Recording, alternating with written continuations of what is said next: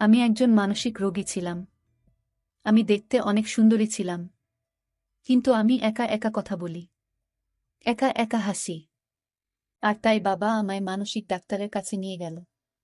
Doctor বলল, আপনার মেয়েকে সুস্থ করতে হলে আমার কেবিনে ৭ থাকতে হবে। আর আমার বাবা ডাক্তারের কাছে রেখে চলে গেলেন। তারপর একদিন গভীর রাতে ডাক্তার আমার কেবিনে এসে আমার সাথে। বাকিটা গল্পতেই বলছি। ইদানিং সোহেল চৌধুরী তার পুত্রদের নিয়ে খুব চিন্তিত হয়ে রয়েছেন। সোহেল চৌধুরীর ৩ পুত্র। অনিক চৌধুরী, মেঘ চৌধুরী, রৌদ্র চৌধুরী। ৩ পুত্রই দেখতে মাশাল্লাহ মারাত্মক সুদর্শন। বড় ছেলে অনিক চৌধুরী পেশায় একজন ডাক্তার। বয়স ২৬ ছুঁই ছুঁই। শুধুমাত্র পড়াশোনা নিয়ে ব্যস্ত থাকায় ছাত্রজীবনে প্রেম করার সময় পায়নি। মেডিকেলের অনেক সুন্দরী তরুণীরা তার পিছু পিছু ঘুরেছে। এমনকি এখনও তার বাড়িতে মেয়ের বাবারা তার সাথে বিয়ে দেওয়ার জন্য বাড়িতে বিয়ের প্রস্তাব নিয়ে আসেন। অতিরিক্ত বিয়ের প্রস্তাব সামলাতে সামলাতে সোহেল চৌধুরী হিমশিম খান। রোজ রোজ বিভিন্ন মেয়ের বাড়ি থেকে টেলিফোন আসে, কিন্তু অনিকের মতামত ছাড়া তো আর বিয়ের দিকে এগোনো যায় না। বহু নারী অনিকের মন জয় করার জন্য পাল্লা দিয়ে উঠেছে। কেউ কেউ অনিকের রূপের পাগল, আর কেউ কেউ তার উজ্জ্বল ক্যারিয়ারের। তাদের একটাই লক্ষ্য, অনিকের সাথে প্রেম করা এবং বিয়ে করা। অনিক রুগী দেখার জন্য চেম্বারে এসে বসল। মধ্যবয়স্ক এক ভদ্রলোক একটা অল্পবয়সী মেয়েকে নিয়ে চেম্বারের ভিতরে এসে বসলেন। উনার শুকনো মুখ দেখেই বোঝা যাচ্ছে উনি উনার মেয়েকে নিয়ে খুবই চিন্তিত। সবগুলো রিপোর্ট দেখে অনিক বলে উঠল, সবকিছু তো নরমালই আছে। মেয়েটা অনিকের দিকে তাকিয়ে খিলখিল করে হাসতে হাসতে বলল, আমার কোনো সমস্যা নেই তো। আপনি শুধু শুধু সময় নষ্ট করছেন। ভদ্রলোক, আমার মেয়ে তাহমিনা রুমের ভিতর একা একাই নিজের সাথে কথা বলতে থাকে। সবসময় অদ্ভুত আচরণ করে। ইঞ্জিনিয়ারিং বিভাগে পড়ছে। সারাদিন বই নিয়ে পড়ে থাকে। পড়াশোনা ছাড়া কিচ্ছু বোঝে না। কতবার বলেছি একটু বাহিরের হাওয়া বাতাস লাগা, কিন্তু কারো কোনো কথাই শোনে না। অনেক বেশি পড়াশোনার চাপেই হয়তো এমনটা হয়েছে। ভদ্রলোক বাড়ি থেকে ওকে এখন বিয়ে দেওয়ার কথা বলছে। রোগ বেড়ে গেলে যদি আর কেউ পাগলি ভেবে বিয়ে না করে। অনিক, দেখুন ওরকম পড়াশোনা আমিও করেছি। আমাদের দেখতে হবে ওর আচরণের ধরনটা কেমন, তারপর সেই অনুযায়ী ব্যবস্থা নেওয়া হবে। আপাতত ওকে কয়েকদিন পড়াশোনা থেকে দূরে রাখতে হবে। আমরা ওনাকে হাসপাতালে অ্যাডমিট করছি। তাহমিনা, আরে বাবা, আমার বান্ধবীরা আমাকে বলেছে একটা বিয়ে করে নিতে। তাহলে নাকি আমি পড়াশোনা থেকে একটু দূরে থাকব, প্রেম নিয়ে ব্যস্ত থাকব। হি হি হি, আমি তো একটা প্রেম করার চেষ্টাই করছি। হা হা হা। আচ্ছা বাবা, আমি যদি অনেকগুলো বিয়ে করে ফেলি তাহলে আমি অনেক ব্যস্ত থাকব, তাই না? ভদ্রলোক, দেখুন হিতাহিত জ্ঞানশূন্য হয়ে যাচ্ছে আমার মেয়ে। আপনি আমার মেয়েকে ভালো করতে পারলেন না? অনেক, আমি কোনো কাজে ব্যর্থ হই না। ভরসা রাখুন। তাহমিনা হাসতে হাসতে বলল, বাবা ডাক্তারটা খুব হ্যান্ডসাম, তাই না? আমার সাথে মানাবে? আমি ওনাকেই বিয়ে করতে চাই। আচ্ছা ডাক্তার, ভালোবাসা কিভাবে করে? তাহমিনার বাবা এবার কান্নায় ভেঙে পড়লেন। টেবিলের উপর বাড়ি দিতে দিতে হাউমাউ করে কান্না শুরু করে দিলেন। উনার কান্নার শব্দে ২ জন নার্স ভিতরে চলে এলো। তাহমিনা খিলখিল করে হেসেই যাচ্ছে। তাহমিনার বাবা দেখছেন তো ওর অবস্থা। দেখলেন তো, এসব জানাজানি হলে ওকে আর কে বিয়ে করবে চাইবে?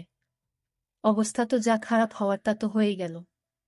বাড়িতে ওর মা ওর চিন্তায় বারবার জ্ঞান হারাচ্ছে। অনেক, আচ্ছা শান্ত হন, কাঁদবেন না। আপনার মেয়ের দায়িত্ব আমি নেব। এই কথা শোনার সাথে সাথে তাহমিনার বাবার মুখ উজ্জ্বল হয়ে যায়। শুকনো মুখে হাসি ফুটে ওঠে। কারণ দায়িত্ব নেওয়ার কথাটায় উনি ভেবে নিয়েছেন ডাক্তার অনিক চৌধুরী তার মেয়ে তাহমিনাকে বিয়ে করবেন। মেয়েকে নিয়ে গিয়ে তিনি হসপিটালের একটা কেবিনে ভর্তি করালেন। আর বাড়িতে ফোন করে তাহমিনার মাকে বললেন তাহমিনার বিয়ে ঠিক হয়ে গেছে। কিন্তু তাহমিনার বাবা ভুল শুনেছে, আসলে তাহমিনাকে বিয়ে করতে চায়নি ডক্টর। এর মধ্যে অন্যরকম একটা উদ্দেশ্য ছিল ডক্টরের। ফোনে কথা বলার সময় একজন নার্স এ বিষয়ের সবটা শুনে ফেলল। আর সাথে সাথে সে গিয়ে হসপিটালের ম্যানেজারকে এই সংবাদটা দিয়ে দিল। ম্যানেজার সাহেব ডাক্তার অনিক চৌধুরীর বাড়িতে ফোন করলেন। ম্যানেজার স্যার তো একজন মানসিক রোগীকে বিয়ে করছেন। স্যারকে আটকান। সোহেল চৌধুরী কি আমাদের না জানিয়ে বিয়ে করছে? পাশেই অনিকের মা সাকিনা বেগম দাঁড়িয়েছিলেন। তিনি চেঁচিয়ে বললেন, কে বিয়ে করছে? সোহেল চৌধুরী, তোমার বড় ছেলে নাকি তার হসপিটালেরই একটা রোগীকে বিয়ে করছে। অনিকের মা চিল্লিয়ে বলছেন, এইসব হয়েছে তোমার জন্য। কবে থেকে বলছি ছেলের বিয়ে দাও, বিয়ে দাও। আমার কথা শুনলে আজ এই দিন দেখতে হতো না। সোহেল চৌধুরী, চুপ করো তুমি, তোমার ছেলেরা তো কখনোই কোনো কথা শোনে না। শুনবে কিভাবে? লাই লাই দিয়ে তো ছেলেদের মাথায় তুলে ফেলেছ। সাকিনা বেগম, একদম আমার ছেলেদের নামে উল্টোপাল্টা কিছু বলবে না বলে দিলাম। ওপর পাশ থেকে চেঁচামেচির আওয়াজ শুনে ম্যানেজার সাহেব তাড়াতাড়ি কলটা কেটে দিলেন। অনিকের বিয়ে নিয়ে গ্রামের চৌধুরী মহলও এখন খুবই উত্তপ্ত হয়ে রয়েছে।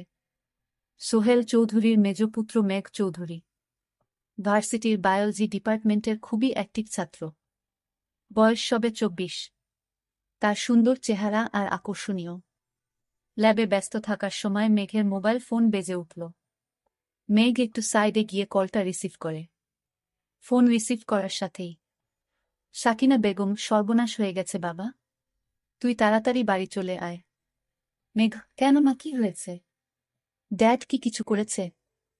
সাকিনা বেগম, আরে না, অনিক নাকি তার হসপিটালেরই এক রোগীকে বিয়ে করে ঘরে আনছে। মেঘ, হা হা হা, মা তুমি এসব কি বলছো? ভাইয়া এমন কাজ কখনোই করবে না। সো রিল্যাক্স থাকো মা, আমি একটু ল্যাবে কাজ করছি। তোমার সাথে এই বিষয়ে পরে কথা বলবো, এখন রাখি মাই ডিয়ার সুইট মাদার।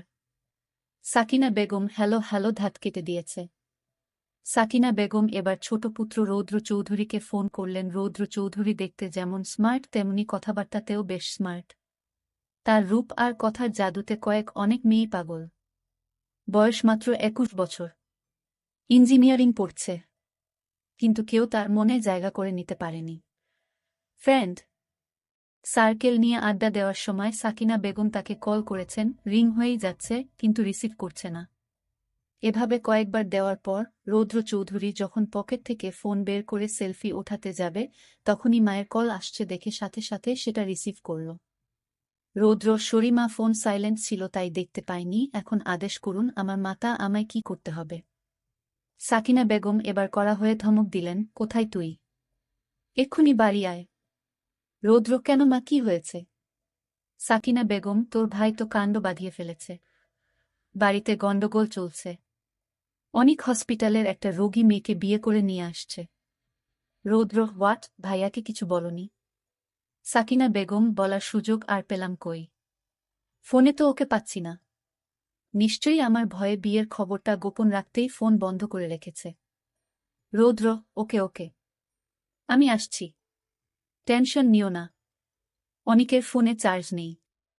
বাহিরের কিছু কাজ সেরে দুপুরের খাবার খেয়ে আবার চেম্বারে এসে বসল। আর ফোনটা চার্জে লাগিয়ে দিল। নার্সটা চেম্বারের দরজার সামনে দাঁড়িয়ে বলল, স্যার আসব? অনিক, হ্যাঁ এসো। নার্স, স্যার আপনি কি সত্যি সত্যি বিয়ে করছেন? নার্সের কথা শুনে অনিকের চোখ কপালে উঠে যায়। অনিক, আমি বিয়ে করছি মানে? কি বলছো এসব? নার্স, স্যার তখন যে রোগীটা এডমিট হলো, যাকে আপনি দায়িত্ব নেয়ার কথা বললেন। অনিকও, হো, আমি কি বিয়ে করার কথা বলেছি নাকি? আমি তো ওকে সুস্থ করার দায়িত্ব নিতে চেয়েছি। নার্স, কিন্তু উনার বাবা যে উনার বাড়িতে ফোন করে বললেন আপনার সাথে উনার বিয়ে, আপনি উনার দায়িত্ব নিয়ে নিয়েছেন। আর এটা শুনে তো আমিও। অনিক, কি আমিও? নার্স, ম্যানেজার সাহেবকে বলে দিয়েছি। অনিক আর ম্যানেজার আমার বাড়িতে ফোন করে সবটা জানিয়ে দিয়েছেন, তাই তো? নার্সটা এবার মাথা নিচু করে উত্তর দিল, না মানে আসলে স্যার, আপনার বাবাই তো সব সময় এখানে সব খবর উনাকে জানাতে বলেন। অনিক, জানি। বাবা এই কাজ আগেও করেছে। ঠিক আছে, তুমি যাও এখান থেকে, খুব ভালো গণ্ডগোল বাঁধিয়ে দিয়েছ। নার্সটা তড়িঘড়ি করে চেম্বার থেকে বের হয়ে গেল। আর অনিক কপালের উপর 2 হাত দিয়ে বসে রইল। কারণ বাড়িতে এখন এটা নিয়ে তিল থেকে তাল হয়ে যাচ্ছে। সময় রাত 7টা। অনিক চেম্বারে বসে আছে। বাড়িতে যাওয়ার সাহস পাচ্ছে না। হঠাৎ মনে হলো তাহমিনাকে একবার দেখে আসা উচিত। নিজের চিন্তায় ওর ব্যাপারটা মাথা থেকেই বেরিয়ে গেছে।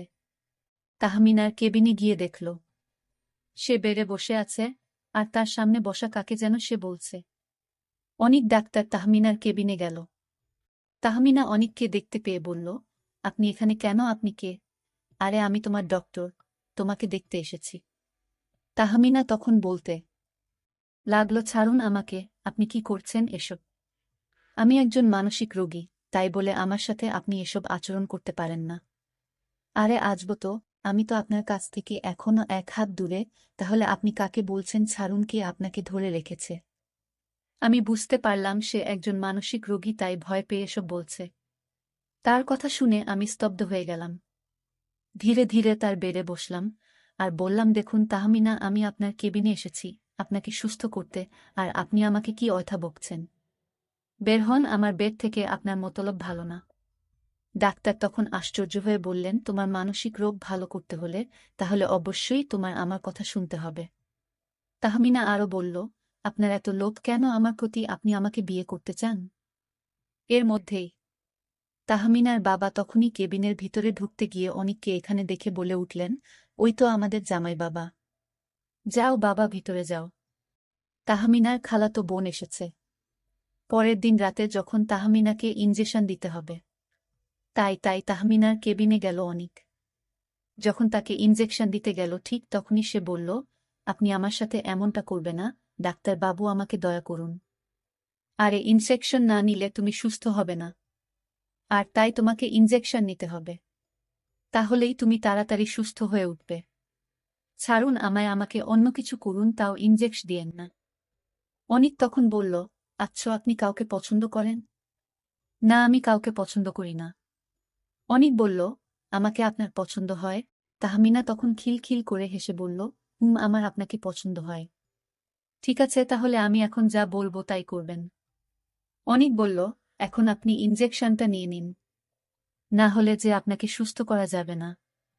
আপনি ইনজেকশনটা নেওয়ার পর আপনাকে একটা জিনিস খাওয়াবো, যেটা আপনি কোনোদিন স্বপ্নেও দেখেননি। এই একটা কথা বলে এর মধ্যেই তাহমিনার খালাতো বোন এসেছে তার কেবিনে এসে বলছে, দুলাভাই। এটা শুনে অনিক জিহ্বা হতে ছোট করে একটা কামড় দিল। তাহমিনাকে দেখতে এসে অনিক একরকম লজ্জাজনক অবস্থাতেই পড়ে যায়। অনিক কি করবে বুঝতে পারছে না। তাহমিনার বাবা বিয়ের ব্যাপারটা বাড়িতে সবাইকে জানিয়ে দিয়েছেন। বিয়ের প্রস্তুতিও নাকি নেয়া শুরু হয়ে গেছে। উনি মেয়েকে তাড়াতাড়ি বিয়ে দিয়ে শ্বশুরবাড়ি পাঠাতে পারলেই হাফ ছেড়ে বাঁচেন।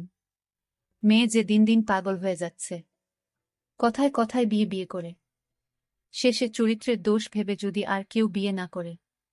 তাহমিনার বাবা অনিকের হাত ধরে বলছেন, তুমি আমাকে অনেক বড় বিপদের হাত থেকে বাঁচালে বাবা। বিয়েটা যত তাড়াতাড়ি সেরে নেবে ততই ভালো। আমি এখন আসি বাড়িতে, সব আয়োজন ঠিকঠাক হচ্ছে কিনা দেখতে হবে। অনিক কিছু না বলে মুখে জোর করে একটু হাসি এনে মুচকি হাসার চেষ্টা করল। তাহমিনার বাবা শেলিকে নিয়ে হসপিটাল থেকে চলে গেলেন।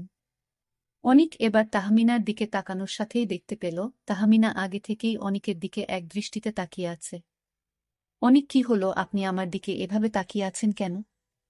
তাহমিনা, আপনি অনেক ভালো। আমার বাবার একমাত্র চিন্তা ছিলাম আমি। অনিক তো? তাহমিনা, আমার বিয়ের খবর শুনে বাড়িতে সবাই অনেক খুশি। কি যে চিন্তায় ছিল আমাকে নিয়ে। আচ্ছা, আমি বিয়েতে কোনো শাড়ি পরব বলুন তো? লাল শাড়ি না নীল শাড়ি? অনিক এবার হাসতে হাসতে বলল, কে বলল আপনি পাগল? আমি তো দেখছি আপনি একদম শেয়ানা পাগল। এরই মধ্যে সব ঠিক করে ফেললেন। তাহমিনা, শুধু প্রেমটা কিভাবে করতে হয় সেটাই জানি না। অনিক বলল, ভালোবাসা কারে কয় দেখাব?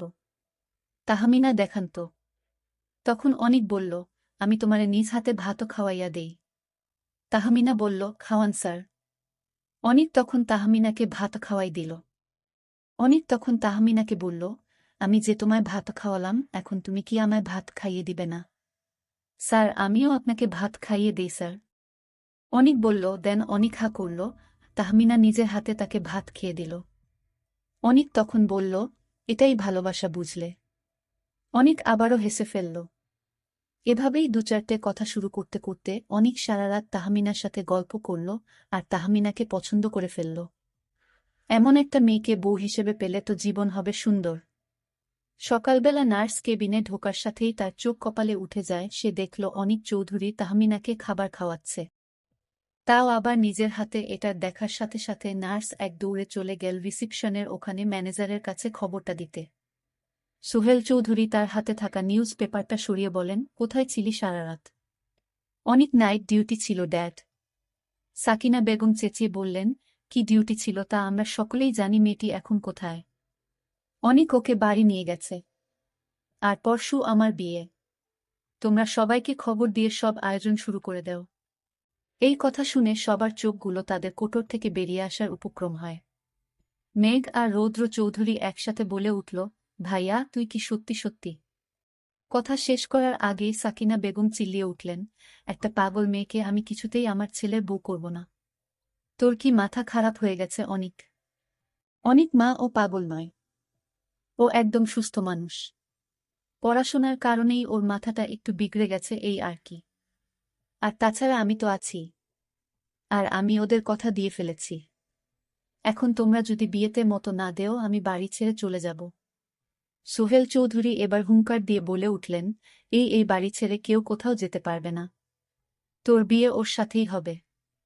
এটা শুনে বাড়ির সকলেই একে অপরের দিকে তাকিয়ে মুখ চাওয়াচাওয়ি করছে। সোহেল চৌধুরীর একমাত্র দুর্বলতা, তিনি তার ছেলেদের এই বাড়ি থেকে অন্য কোথাও যেতে দেবেন না। বাড়ি ছেড়ে চলে যাওয়ার অজুহাত দেখাতে পারলেই তিনি ছেলেদের অনেক বিষয়ে চোখ বন্ধ করে মেনে নেন। সাকিনা বেগম রাগে ফুঁসতে ফুঁসতে উনার ঘরে চলে গেলেন। আত্মীয় স্বজনদের খবর দিয়ে বাড়িতে আনা হয়েছে। সন্ধ্যার মধ্যে অনেকেই চলে এসেছেন। হঠাৎ করে বিয়ের খবর শোনায় আনন্দে বাড়িতে দ্বিগুণ পরিমাণ হইচই হচ্ছে। বাড়ি সাজানো হচ্ছে। আগামীকাল সকালে গায়ে হলুদ হবে, আর দুপুরের মধ্যে বিয়ের সব কাজ কমপ্লিট করে বিকেলের মধ্যেই বউ নিয়ে বাড়ি ফিরবে। মেঘ অনিকের রুমে উকি দিয়ে দেখল অনিক হেসে হেসে ফোনে কথা বলছে। দরজা থেকে কাশি দিয়ে অনিক বলে উঠল, ভাবি কি খুব হাসায় ভাইয়া? অনিক চমকে উঠে পিছনে ফিরে বলল, ইয়ে মানে তুই এখানে কি করছিস? যা নিজের কাজ করো। তাহমিনা বিয়ের দৃশ্য দেখে একদম সুস্থ হয়ে যায়। মনে করছে আমার মতো একটা মেয়ে এত বড় ডাক্তার আমাকে বিয়ে করবে। এটা কি হয়? আসলে অনিক আমাকে সুস্থ করতে গিয়ে আমার সাথে বিয়ের অভিনয় করেছে। যদি আজ অনিক সাহেব আমাকে বিয়ের স্বপ্নটা না দেখাতো, তাহলে আমি হয়তো আর মানসিক রোগ থেকে বের হতে পারতাম না। একদিন রাতে আমি যখন হাসপাতালে ছিলাম তখনই জানতে পারি অনিক অন্য একজনকে ভালোবাসে, কিন্তু সে আমার সাথে এমন অভিনয় করেছিলেন, আমি বুঝতেই পারিনি এটা অভিনয়। এখন তো অনিকের বাড়িতে বিয়ের আয়োজন হচ্ছে, সবাই বলাবলি করছে একটা মানসিক রোগী অনিক ডাক্তার বিয়ে করতে যাচ্ছে। তাহমিনা ভাবতে লাগল, আমি এখন সুস্থ হয়ে গেছি। আমি আমার জায়গায় অনিকের ভালোবাসার মানুষকে বসিয়ে দেই। যখন কাজী সাহেব কাবিন করতে যাবে ঠিক তখন যেখানে আমি থাকার কথা ঠিক সেইখানে অনিকের ভালোবাসার মানুষকে বসিয়ে দিলাম। তারপর আমি এখান থেকে চলে গেলাম আমার নিজের বাড়িতে। বাবাকে গিয়ে বললাম, বাবা অনিক সাহেব আমাকে বিয়ে করবে এটা ভাবা যায় না। কারণ সে একজন ডক্টর, তার আগে থেকেই একজনকে পছন্দ, আর আমি মাত্র এসএসসি পাস।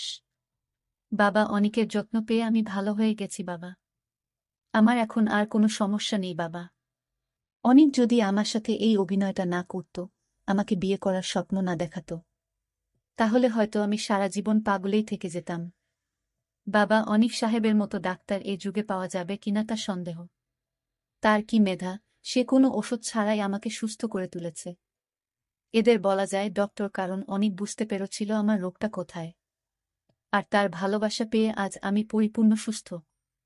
আল্লাহর কাছে দোয়া করি অনেক যেন 1000 বছর বেঁচে থাকুক।